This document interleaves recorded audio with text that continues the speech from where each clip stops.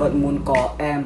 Yêu nhiều hơn là nỗ, cho dù lỗ thì anh vẫn muốn thêm. Đợi chờ từ sáng đến đêm chỉ đợi hỏi thăm vài dòng tin nhắn.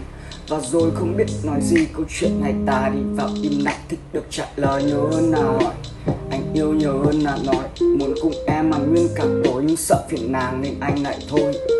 Ngày qua ngày vẫn thế, vẫn chưa hề có gì thay đổi. Cũng muốn được gần kề nhưng lại ngại cất lời đầu môi.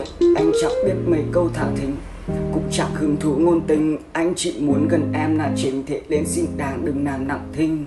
Ngoài trời mưa rơi rả rích nhưng trong lòng lại buốt cam cam. Ngoài trời mưa rơi chả thích, chị thích cùng nàng hạnh phúc trăm năm. Bây giờ anh biết làm sao để không nói nhưng em vẫn hiểu. Hay ngỏ lời đại một phen, thôi tình anh không thích làm liều. Kèo này hơi khó nên anh phải tính toán cẩn thận.